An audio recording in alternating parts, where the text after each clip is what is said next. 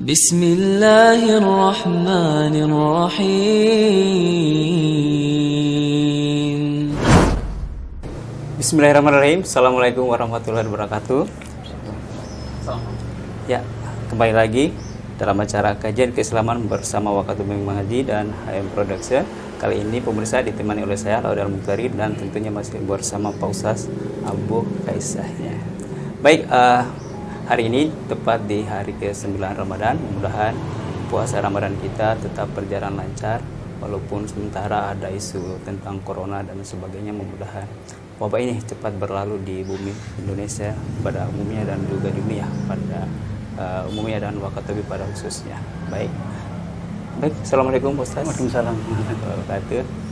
Ya, hari ini kita akan membahas satu tema yang menurut saya sangat istimewa ini Ustaz, terkait dengan naungan Allah Subhanahu wa taala di akhirat nanti atau di hari kiamat. Kira-kira mungkin terkait tema ini mungkin Pak Ustaz bisa memberikan pengantar apa sebenarnya sih naungan yang dimaksud dengan naungan dari Allah Subhanahu wa taala di hari kiamat. Ya, silakan. Ya. Bismillah, alhamdulillah, wassalatu wassalamu ala rasulillah wa ala alihi wa ashabihi wa ala amma ba'd. Memang kalau kita baca tekstual hadisnya mungkin ada sebagian yang masih bingung apa yang dimaksud dengan naungan di sini ya.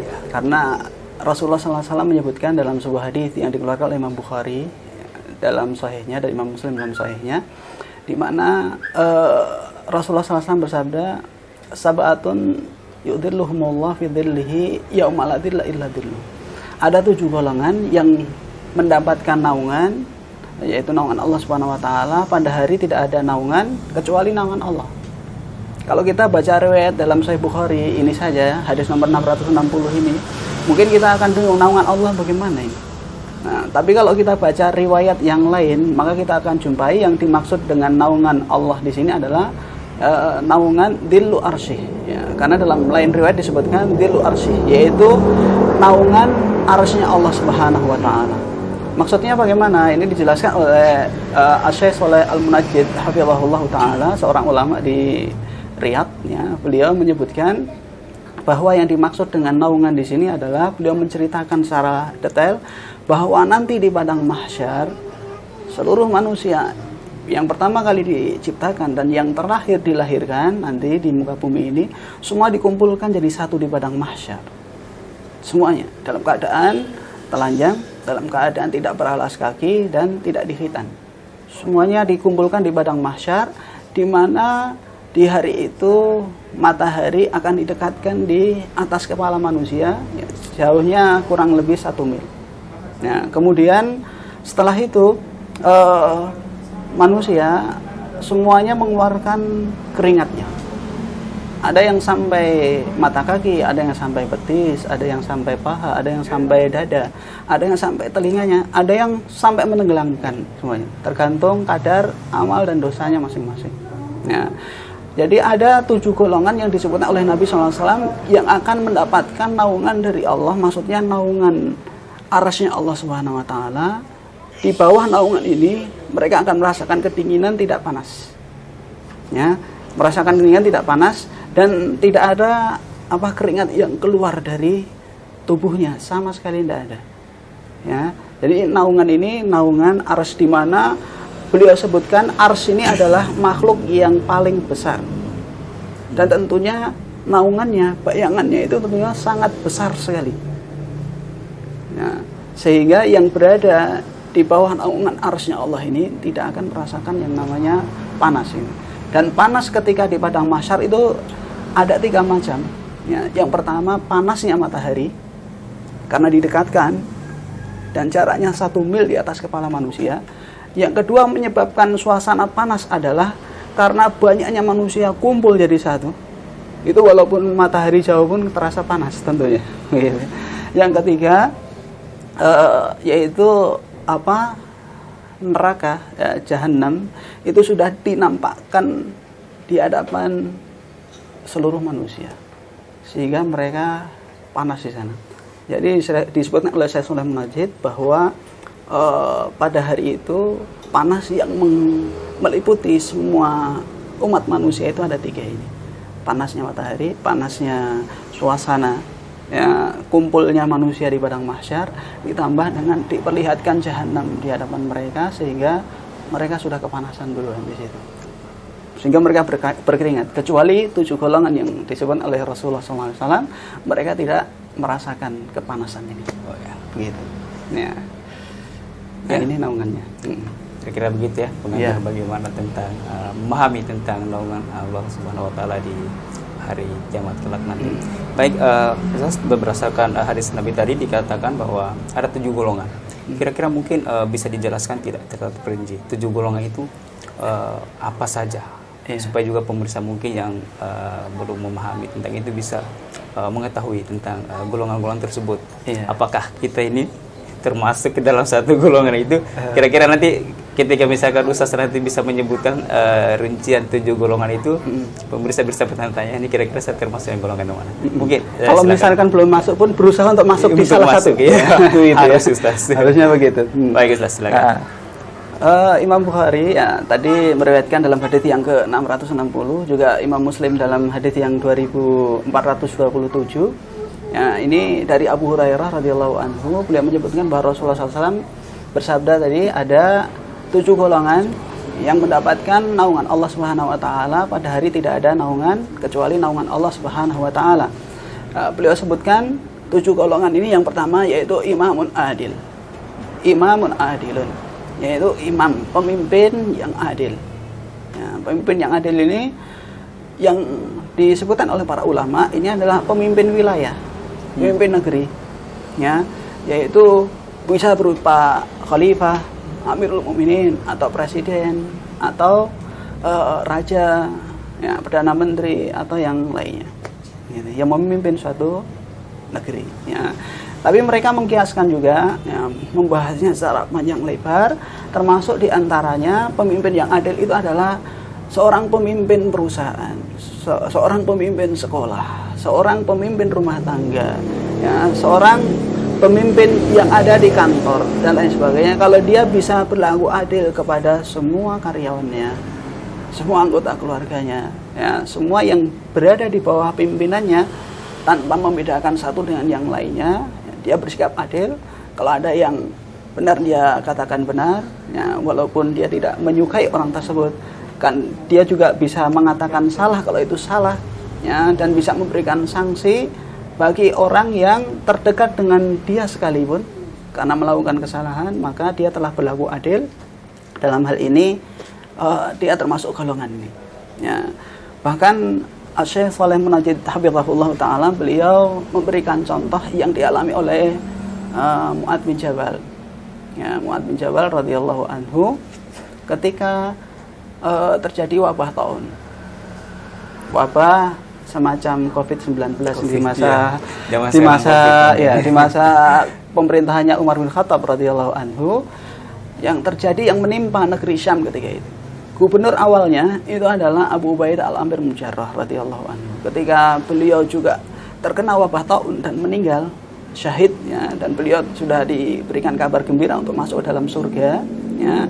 Beliau meninggal, maka gubernur Syam itu dipegang oleh Mu'adz bin Jabal radhiyallahu anhu. Ya, ketika beliau menjadi gubernur di sana, sebelum beliau juga meninggal karena wabah taun, ya, terlebih dahulu dua istri beliau itu meninggal dunia. Ya, ketika meninggal dunia, ya, beliau tidak membedakan satu dengan yang lainnya. Bahkan beliau mengadakan qur'ah. Qur'ah itu apa? Diundi siapa yang dimakamkan duluan. Ya, karena ingin berlaku adil pada istrinya. Enggak hanya itu, beliau ingin mengetahui lebih detail siapa di antara keduanya itu yang hafalan Al-Qur'annya lebih banyak, karena sunnahnya ketika ada yang meninggal banyak itu, hafalan Al-Qur'an yang banyak itu lebih utama untuk didahulukan, dimasukkan di liang lahat. Jadi beliau pilih istrinya ini mana yang lebih banyak hafalannya, dimasukkan dulu untuk bersikap adil seperti ini. Jadi adil dalam segala hal ini ternyata sangat dibutuhkan dan bisa menjadikan seorang mendapatkan naungan di sisi Allah Subhanahu wa taala nanti pada hari kiamat. Ini golongan yang pertama. Ini disebutkan oleh para ulama secara panjang lebar, tapi saya sebutkan secara singkat saja. Yang pada intinya setiap orang yang berlaku adil, ya, baik laki-laki maupun perempuan, itu mereka akan mendapatkan naungan di sisi Allah Subhanahu wa taala. Nah, nanti mungkin ada kaum wanita yang bertanya, di situ kan disebutkan imamun adil. Gitu ya.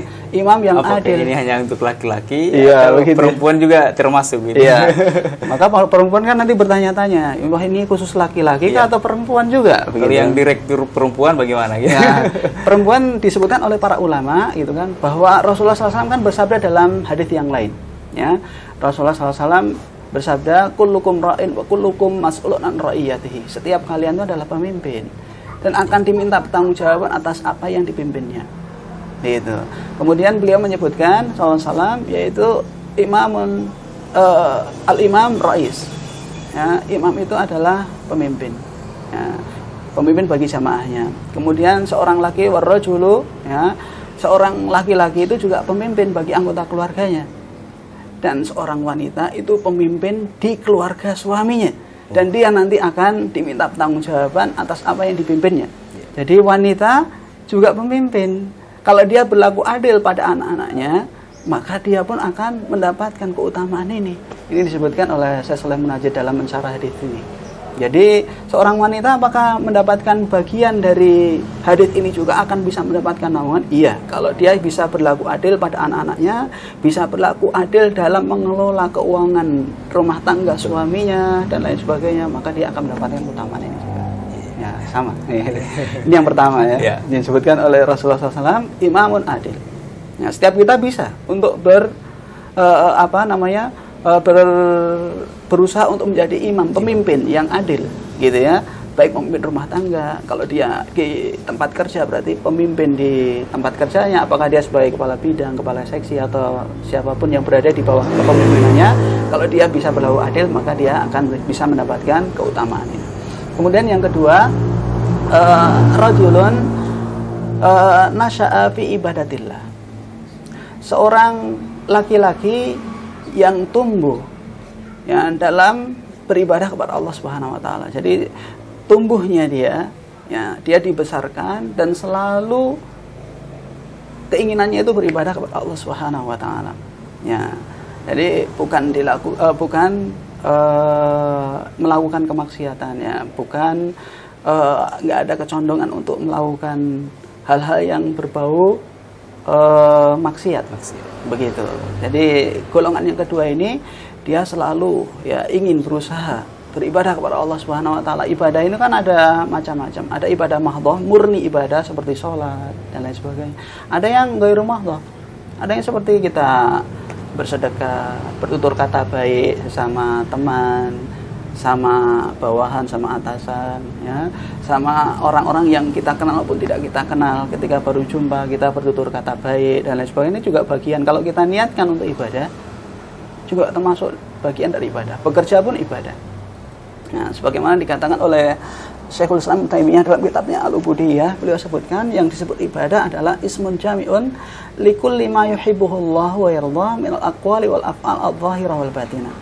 Dan yang disebut ibadah adalah satu kata yang mencakup segala sesuatu yang dicintai dan diridhoi oleh Allah Subhanahu wa taala, baik berupa ucapan atau perbuatan yang tampak, yang bisa didengar, bisa dilihat oleh orang, maupun yang tersembunyi, amalan hati, zikir sendiri, istighfar, minta ampun kepada Allah tanpa didengar orang.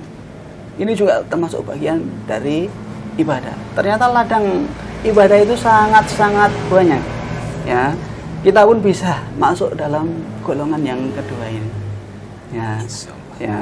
Kemudian yang ketiga, yang ketiga ini adalah rajulun atau rajulani mutahabbani fillah. Nah, ada dua orang yang saling mencintai karena Allah. Nah, saling mencintai karena Allah. Dia berjumpa karena Allah, berpisah pun karena Allah. Ya, dia bertemu karena Allah, ya, berpisah pun karena Allah. Berarti yang menyebabkan dia saling mencintai itu adalah karena kecintaan dalam masalah agama, ya, kecintaan dalam masalah ilmu, kecintaan dalam masalah dakwah. Ya, sehingga ketika dia nggak jumpa, nggak nuntut ilmu bareng, dia merasa gelisah, saya sudah seharian nggak ketemu. Ya, nggak membicarakan masalah ilmu, nggak membicarakan masalah dakwah, nggak membicarakan masalah agama sama teman saya yang ini dan itu misalnya. Nah, ini disebutkan oleh Syekh Shalih Munajjid seperti itu. Dan cinta sesama muslim karena Allah Subhanahu wa taala ini termasuk mukammilatul iman, termasuk penyempurna iman seseorang. Nah, kalau dasar iman itu harus ditujukan hanya kepada Allah Subhanahu wa taala. Ya, cinta itu yang harus kita cintai hanya Allah Subhanahu wa taala. Ini dasar keimanan. Nah, kalau seandainya kita cinta kepada selain Allah, maka atau bahkan kecintaan kita kepada selain Allah ini lebih besar, ini menyebabkan seorang terjerumus dalam perkara syirik. Namanya syirkul mahabbah, syirik dalam kecintaan. Ya, makanya Allah Subhanahu wa taala berfirman gitu ya, yuhibbunahum kahubbillah. Mereka mencintai mereka sekutu bagi Allah Subhanahu wa taala, ya. Mencintai mereka sama dengan mencintai Allah Subhanahu wa taala. Kalau mencintai sesuatu sama dengan Allah atau lebih cinta sesuatu itu dibandingkan Allah, berarti ini namanya syirku fil mahabbah. Kesyirikan dalam kecintaan, dan ini syirik besar, tidak boleh dilakukan. Tapi yang dimaksudkan mencintai sesama muslim ini adalah cinta karena Allah. Berarti dasar cintanya karena Allah Subhanahu wa taala, bukan karena dunia. Saya cinta ini, saya suka ini karena dia orangnya kaya. Saya suka sama ini karena dia seorang pejabat, siapa tahu dekat dengan ini nanti bisa dapat pekerjaan. Atau yang lainnya, misal ini contoh saya. Ini disebutkan oleh para ulama seperti itu. Jadi kecintaannya didasari karena Allah, karena agama, karena ilmu, karena dakwah dan lain sebagainya. Ya, bukan karena dunia, bukan karena pangkat dan jabatan. Ya, karena pangkat dan jabatan ini kalau seandainya bosnya sudah nggak menjabat, atau misalnya di perusahaannya misalkan bangkrut misalkan, dia lagi nggak cinta lagi. Karena apa? Luntur dengan sendirinya. Ya, begitu.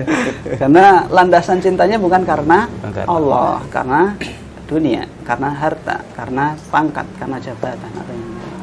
Ya, baik. Ya.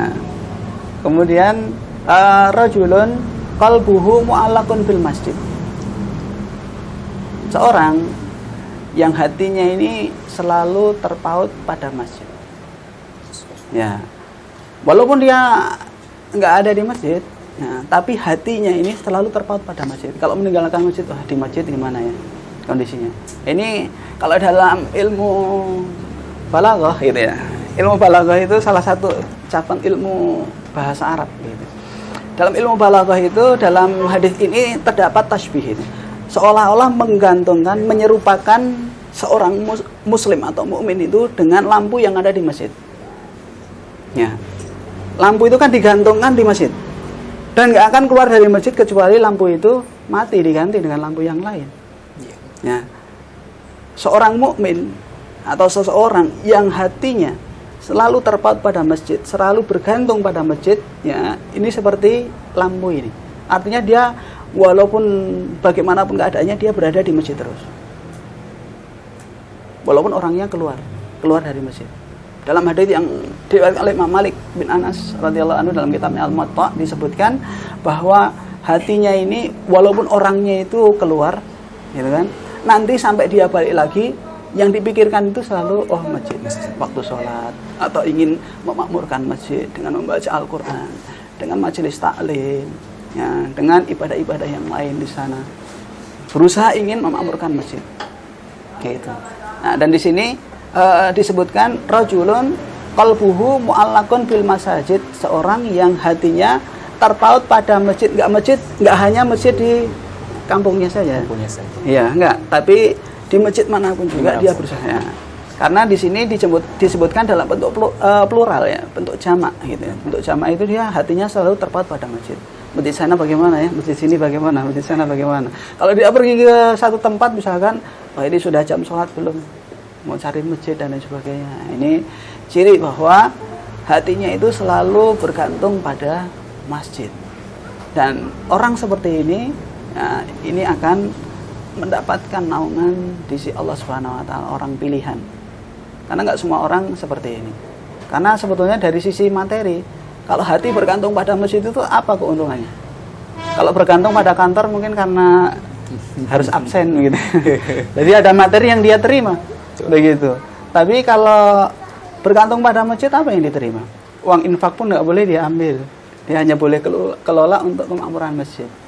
Ya, dia benar-benar ikhlas mengharapkan ridha Allah Subhanahu wa taala. Bayangkan seperti ini. Nah, jadi golongan yang keempat ini yaitu bisa dilakukan oleh semua orang. Dan ini orang-orang tentunya yang tahu hanya Allah dengan dirinya saja. Gitu. Nggak perlu dipublikasikan, saya ini orang masjid, saya selalu terpaut pada masjid, tidak perlu dipublikasikan. Tapi Allah Maha mengetahui hati kita. Gitu. Walaupun dalam kondisi pandemi, dia pikirkan. Gitu. Ya. Dalam keadaan seperti ini, manusia, ya, khususnya di beberapa negeri Islam termasuk di Indonesia, ya, kaum muslimin dianjurkan untuk sholat di rumah. Tapi ada sebagian muslim tetap hatinya gelisah. Saya ingin rindu pada masjid, ingin sholat di masjid, ingin memakmurkan masjid. Tapi apalah daya, pemerintah pusat maupun daerah sudah menghimbau untuk melaksanakan ibadah di rumah. Tapi tetap hatinya terpaut pada masjid. Ya, begitu. Kemudian yang kelima ya. Yang kelima yaitu rajulun ya anfaqa atau tasaddaqa bi yaminihi ya. Seseorang bersedekah dengan tangan kanannya. Ya, tapi tangan kirinya tidak tahu. Ya. Ini sedekahnya sir, ya. Sedekahnya itu sangat rahasia. Ya. Maksudnya bagaimana? Dia ingin memberi tanpa diketahui oleh orang. Nggak perlu disebut. Nggak perlu disebutkan misalnya. Kalau saya infak sedekah di masjid 300.000 harus diumumkan. Kalau nggak diumumkan saya nggak mau lagi infak. Nggak perlu gitu. Ya. Artinya dia bersedekah seperti yang dilakukan oleh para ulama zaman dahulu. Ya. Mereka ketika ingin bersedekah, gitu kan, dia kumpulkan, dia bungkus satu-satu, ya, malam dia pikul sendiri, kemudian ditaruh di rumahnya orang fakir miskin. Tahu-tahu besok keesokan harinya mau sholat subuh sudah ada bahan makanan di depan rumah mereka. Dan ini sangat-sangat dibutuhkan kaum muslimin sekarang ini. Bahkan manusia sekarang ini di masa pandemi ada sebagian saudara-saudara kita yang sangat membutuhkan. Nah, mereka tentunya malu untuk minta kepada orang lain. Mereka lebih milih jalan hutang. Ya, hutang dan lain sebagainya. Mereka nggak mau meminta kepada orang. Tapi kita harusnya punya perasaan. Ada sebagian yang istilahnya kerjanya serabutan, gajinya tidak pasti, gitu kan. Di tengah pandemi pun mereka kadang ada pekerjaan, kadang tidak. Untuk makan sehari-hari susah, maka dibutuhkan orang-orang seperti ini. Orang yang memberikan dengan tangan kanan, ya, tangan kirinya tidak tahu. Artinya dia nggak perlu selfie juga gitu. Ketika ngasih itu kan, kemudian difoto dulu, diupload, lagi memberikan donasi bantuan, nggak perlu. Ya, cukup Allah Subhanahu Wa Taala yang tahu. Kalaupun itu dilakukan itu hanya untuk laporan, misalkan kalau ada saudara-saudara kita menitipkan hartanya ke kita untuk disalurkan ke fakir miskin, nah untuk membuktikan bahwa kita sudah salurkan, kita foto tapi dikirimkan kepada beliau saja, kepada donatur saja.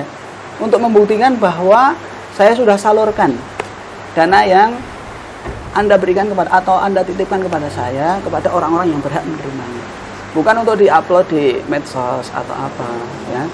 Kita nggak tahu niatnya bagaimana, tapi untuk menjaga keikhlasan lebih baik ditinggalkan seperti ini, supaya hanya kita dan Allah saja yang tahu apa yang kita lakukan, supaya kita mendapatkan naungan juga di sisi Allah Subhanahu Wa Taala pada hari kiamat nanti. Kemudian yang keenam yaitu rajulun da'athum ra'atun datu mansibin wa jamal. Ada seseorang, ya, dia diajak berzina, ya, diajak berzina oleh seorang wanita datu mansibin. Dia memiliki kedudukan, pangkat yang tinggi, ya. Dalam lain riwayat disebutkan datu hasabin. Dia memiliki nasab yang tinggi. Kalau di sini nasab kan nggak terlalu di ini kan, tapi kalau di kalangan bangsa Arab itu nasab itu kan penting sekali. Nah, ini Kalau sekarang mungkin perempuan-perempuan yang berkedudukan ya, wanita karir gitu mungkin. itu ini ya yang punya jabatan ini Jabatan. masuk punya jabatan. Ya, itu dalam riwayat disebutkan dia punya nasab, artinya dia anaknya orang, misalnya siapa anaknya presiden, anaknya menteri atau apa gitu, istilahnya seperti itu. Walaupun dia nggak punya jabatan, tapi kan dia anaknya orang terpandang. Orang yang terpandang. Begitu. Nah, ini juga seperti itu. Wadatu jamal, dan dia parasnya cantik. Nah, parasnya cantik. Makanya Syekh Shalih Munajjid menyebutkan, hafizahullah taala, beliau menyebutkan lelaki ini diajak berzina dengan seorang wanita yang memiliki 4 kriteria. Dan semua kriterianya baik. Yang pertama, dia itu memiliki kecantikan. Diajak berzina dengan wanita cantik, memiliki harta dan kekayaan yang banyak, memiliki pangkat dan jabatan, dan memiliki nasab yang baik. Istilah kata kalau di dunia kurang apa? Gitu. Tapi dia mengatakan inni akhafullah. Aku takut pada Allah. Enggak mau meladeni, enggak mau melayani. Enggak mau melayani ajakan wanita tersebut. Ya, karena dia takut kepada Allah Subhanahu wa taala. Di lisannya dia mengucapkan takut walaupun di hatinya pengen. Gitu. Beliau memberikan apa? Memberikan penjelasan yang begitu detail. Syekh Shalih Munajjid memberikan penjelasan yang begitu detail. Biasanya orang kalau pengen zina, biasanya itu laki-lakinya dulu. Wanitanya diajak, kalau mau baru terjadi.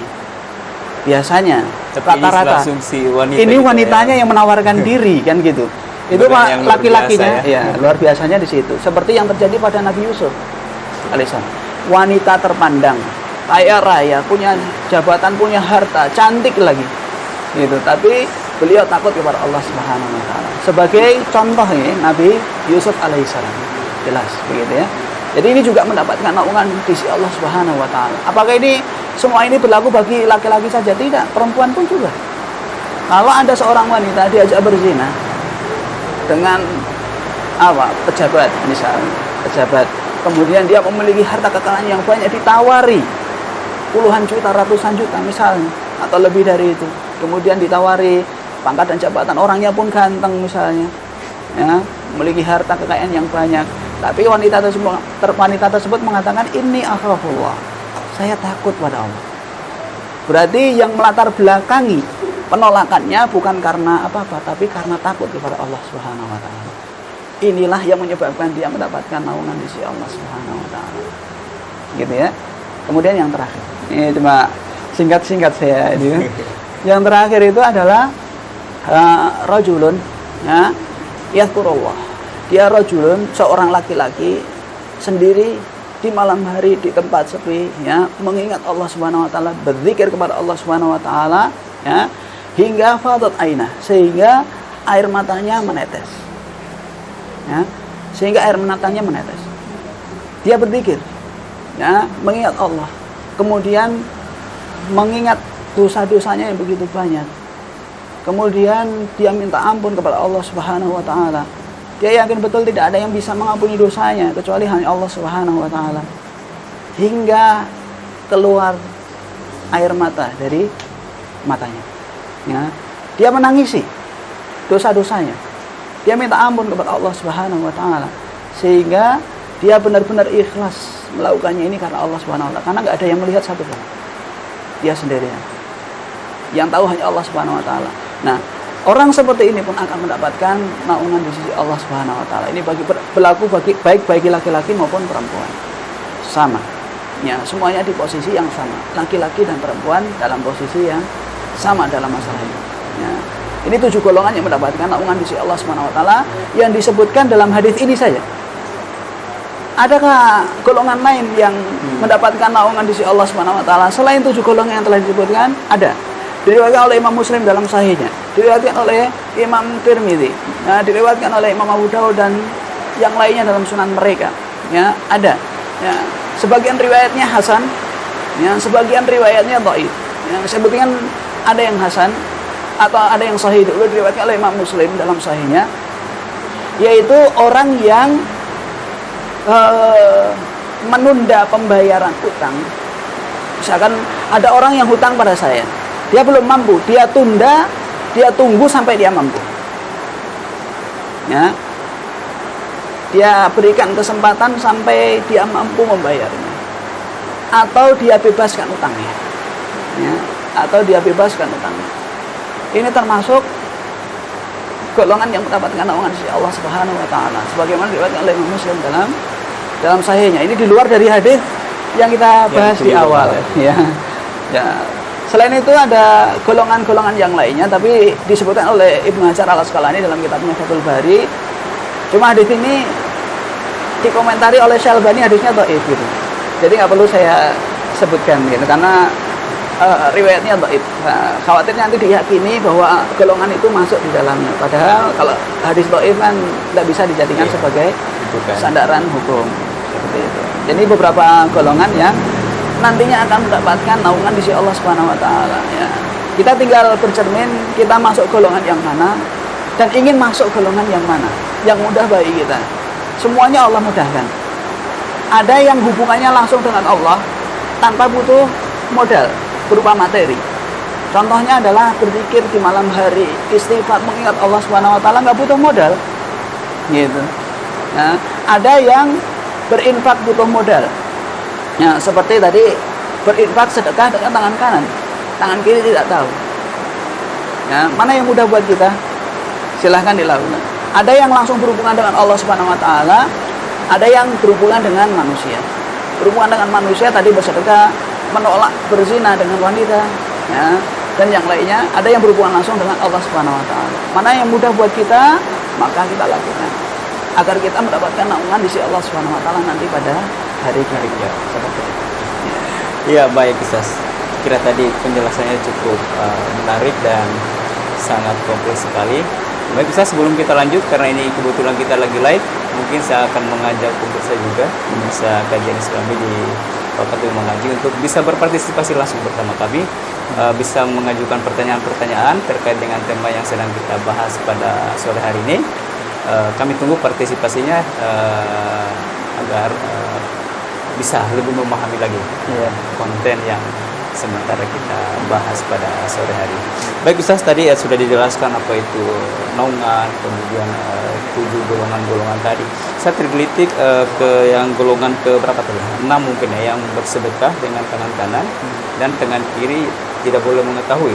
Walaupun tadi Pak Ustaz juga sudah agak sedikit menjelaskan bahwa sekarang ini fenomena yang terjadi. Cuman saya di sini untuk bisa memperjelas kembali, karena memang ini adalah satu fenomena yang lagi booming, apalagi di tengah maraknya media sosial yang seperti zaman sekarang.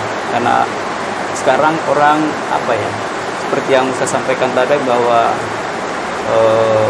apapun yang dilakukan di jalan Allah tentunya, tetapi yang mungkin mereka mengatakan bahwa yang penting niatnya, maksudnya adalah agar supaya pihak-pihak lain juga mungkin tergerak melakukan hal yang sama dengan mereka.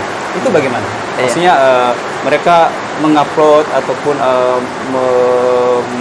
men-share apa yang mereka lakukan di jalan Allah dengan cara beribadah tadi, tetapi mungkin maksudnya adalah bukan untuk ria menurut mereka, tetapi adalah agar mengajak pihak-pihak lain agar supaya bisa berpartisipasi dan melakukan hal yang sama. Itu bagaimana pandangannya menurut saya?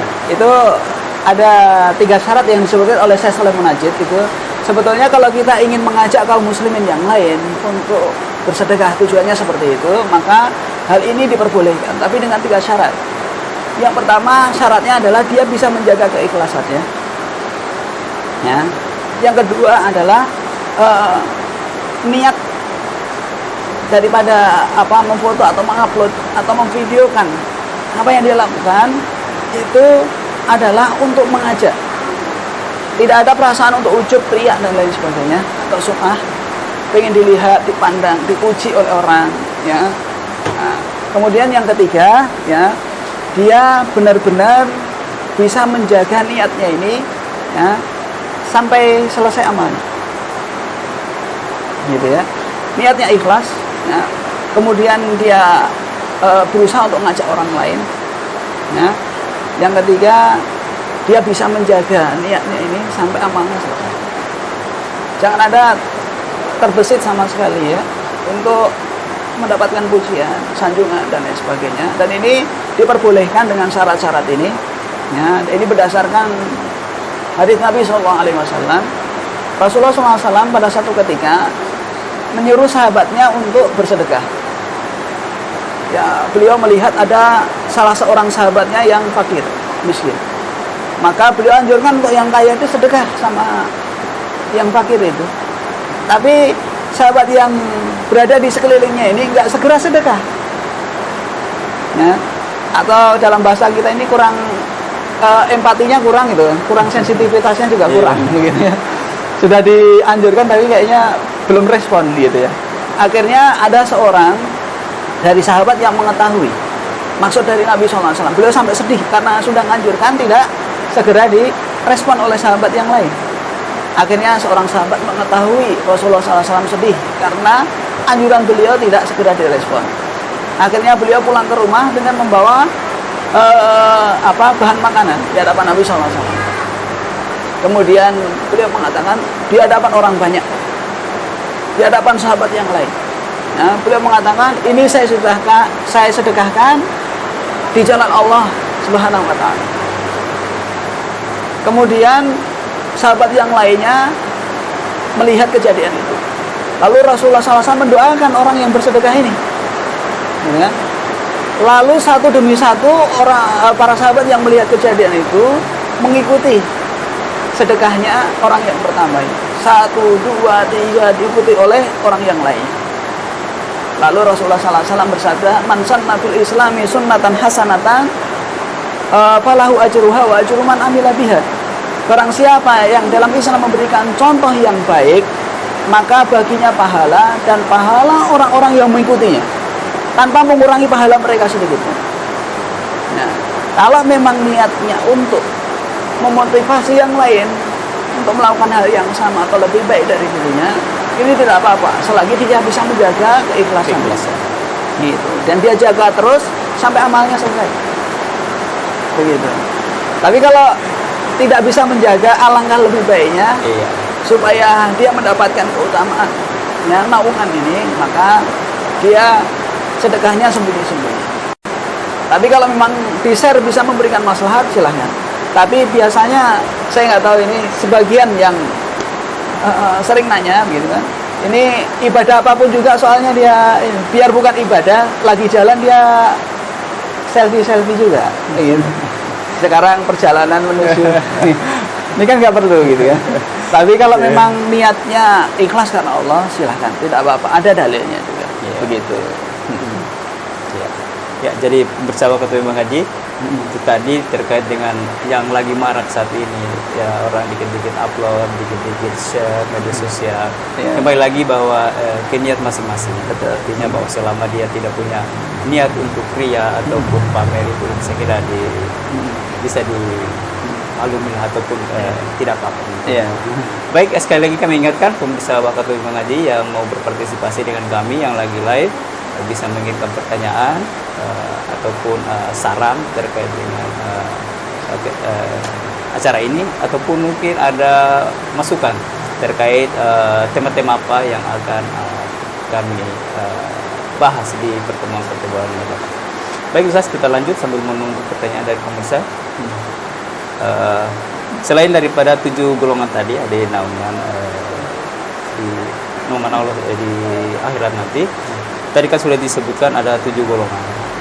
Ada nggak sih golongan-golongan yang memang tidak sama sekali mendapat naungan di sisi Allah Subhanahu Wa Taala? Selain daripada yang 7 golongan tadi yang akan mendapatkan naungan, ada nggak sih golongan-golongan yang memang tertutup lah? Tertutup. Ada, tentunya banyak golongan manusia yang tidak mendapatkan naungan ini. Golongan ini hanya terbatas pada 7 kriteria itu, atau disebutkan, saya ditambahkan dalam riwayat Imam Muslim tadi, orang yang memberikan tenggang waktu bagi orang yang tidak bisa membayar hutang, atau dia membebaskan hutangnya misalnya. Ini juga mendapatkan naungan. Selain 7 atau 8 golongan ini, maka semuanya nggak dapat naungan, gitu ya. Jadi mereka lah golongan yang terpilih. Artinya walaupun Muslim tidak melakukan 7 atau 8 golongan ini, atau tidak melakukan 7 atau 8 amalan ini, atau salah satunya, maka mereka tidak akan mendapatkan naungan. Nah, siapa yang tidak mendapatkan naungan? Yang pasti pertama orang kafir, gitu. Yang kedua orang munafik. Semuanya kan kumpul jadi satu, ya. Semuanya kumpul jadi satu di padang mahsyar. Kemudian orang munafik. Yang ketiga para pelaku kemaksiatan, dosa-dosa besar, ya. Kalau pelaku syirik kufur ini kan sudah masuk di golongan pertama, gitu ya. Pelaku kemaksiatan, dosa-dosa besar, pezina, pecandu minuman keras dan lain sebagainya, gitu. Atau yang melakukan perbuatan yang bertolak belakang dengan 7 golongan ini, gitu ya. Kalau lawan dari imam pemimpin yang adil, berarti dia tidak adil, berarti dia tidak akan mendapatkan naungan. Ya. Kalau diajak berzina harusnya nolak, dia malah mengikuti misalkan, malah mencari, gitu, malah rela bayar misalkan. Nah ini luar biasa. Jadi dia bukan lagi dapat naungan, gitu kan, malah dijauhkan dari naungan Allah Subhanahu Wa Taala, begitu ya. Kemudian kaum muslim ya, yang tidak melakukan salah satu dari 7 atau 8 amalan ini, gitu. Walaupun amal solehnya banyak, ya, rajin baca Quran misalnya di rumah, gitu kan, rajin melakukan kebaikan, tutur katanya baik, sopan santun kepada orang, gitu kan, tapi tidak melakukan 7 atau 8 dari amalan yang telah kita sebutkan ini tadi, maka dia tetap akan dihisab sesuai dengan amalnya. Kalaupun dia memiliki dosa, gitu kan, dosanya itu bisa dilihat, ya, sampai batas mana, karena keringatnya ini akan menandakan dosanya itu sampai di mana, ya, apakah sampai mata kaki, sampai betis, ya, sampai paha, atau sampai dada, atau sampai telinga, atau sampai bahkan menenggelamkan. Jadi itu bisa dilihat dari amalnya, gitu ya. Dia walaupun muslim, tapi kalau tidak melakukan amal 7 golongan ini, mereka tidak akan mendapatkan naungan. Jadi kita berusaha lah jadi salah satu dari 7 golongan ini. Satu aja ya. Salah satu minimal. Kalau bisa, kalau bisa jadi pemimpin, ya. Kalau bisa jadi pemimpin adil, sedekahnya ini misalkan sembunyi-sembunyi misalnya, ya. Atau pernah diajak zina sama seorang wanita, dia tolak dan lain sebagainya, dia masuk di beberapa golongan dan tentunya mereka akan mendapatkan prioritas untuk mendapatkan naungan tersebut. Begitu. Allah alam. Ya, baik, pemirsa Wakatul Mengaji, kembali lagi kami ingatkan bahwa Anda bisa berpartisipasi langsung bersama kami dengan mengirimkan pertanyaan melalui komentar-komentar. Oh ya. Baik, kita lanjut Ustaz. Yang 7 golongan tadi mungkin saya beralih ke golongan yang ke-7, yang ketika dia berzikir kemudian mengeluarkan air mata di saat berzikirnya mengingat Allah. Apakah berzikir setelah melakukan sholat itu termasuk dari bagian dari golongan yang ke-7 itu? Ya. Ketika sholat fardu kemudian dia berzikir dan dia khusyuk, bahkan mungkin sampai meneteskan air mata, apakah itu bagian daripada zikir yang dimaksud, atau ya, apakah ini zikir yang memang tengah malam atau seperti apa? Ya. Kalau disebutkan dalam hadis itu dia sendiri, gitu ya, supaya tidak ada unsur riya, jauh dari unsur riya, pengen dilihat atau dipandang oleh orang, dan dia benar-benar tujuannya karena Allah Subhanahu Wa Taala, gitu ya. Jadi nggak ada seorang manusia pun yang melihat apa yang dia lakukan. Benar-benar dia menyendiri, ya. Kemudian dia menghadap Allah Subhanahu Wa Taala, berzikir, beristighfar, mengingat dosa-dosanya. Dia lakukan karena Allah Subhanahu Wa Taala. Inilah yang dimaksudkan dalam hadis ini. Jadi kalau zikir setelah sholat misalnya, kalau dia sebagai imam, ya, kemudian di hadapan jamaah, kita nggak tahu apakah niatnya bagaimana. Kalau niatnya ikhlas, semoga Allah terima. Tapi yang masuk dalam kriteria hadis ini itu adalah dia sendiri di malam hari, tidak ada yang melihat kecuali Allah Subhanahu Wa Taala. Kemudian mengingat Allah, berzikir kepada Allah, fafadat ainah, maka air matanya menetes. Nggak ada jalan riya di sini, karena nggak ada satupun yang melihat. Nggak ada jalan sum'ah, karena nggak ada satupun yang mendengar. Gitu. Jadi dia lakukan benar-benar sendiri antara dirinya dengan Allah. Ini yang dijelaskan oleh para ulama seperti itu. Ada amalan sendiri seperti ini, ada amalan yang di hadapan orang, tapi dia harus jaga dengan baik niatnya. Ini termasuk amalan sendiri yang tahu hanya dirinya dengan Allah Subhanahu wa taala. Jadi kalau berpikir di hadapan orang, wallahu alam shawab, apakah itu masuk atau tidak, tapi kalau sesuai dengan tekstual hadis ini, itu tidak masuk dalam kriteria ini. Gitu. Wallahu alam shawab. Gitu. Iya. Baik. Bagaimana? Waktu habis ya? Oh. Baik Ustaz, kiranya sebenarnya masih banyak ini yang perlu kita kupas di tema ini, tapi karena keterbatasan waktu, mungkin pertemuan kita pada sore hari ini membahas tentang naungan Allah Subhanahu wa taala di hari kiamat ini bisa kita akhiri. Tapi dari perbincangan tadi, penjelasan Ustaz tadi, ada beberapa hal yang memang perlu digarisbawahi, bahwa memang ibadah apapun itu adalah bahwa keikhlasan,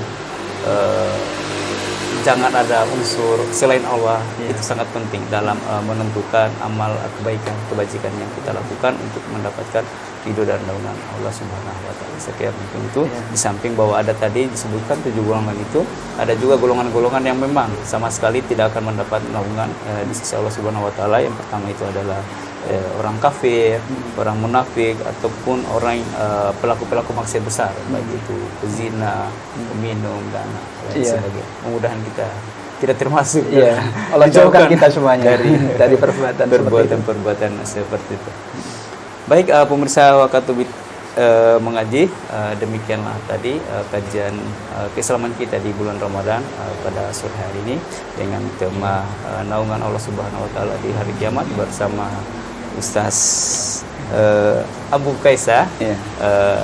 Mudah-mudahan besok insyaallah kita ketemu lagi di acara yang sama, dan apakah dengan host yang sama atau berganti.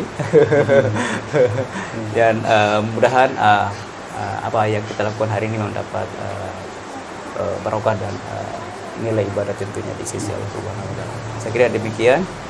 Sampai bertemu kembali besok hari di kajian Ramadan bersama Wakatubit mengaji. Billahi taufiq wal hidayah. Assalamualaikum warahmatullahi wabarakatuh. Sampai jumpa.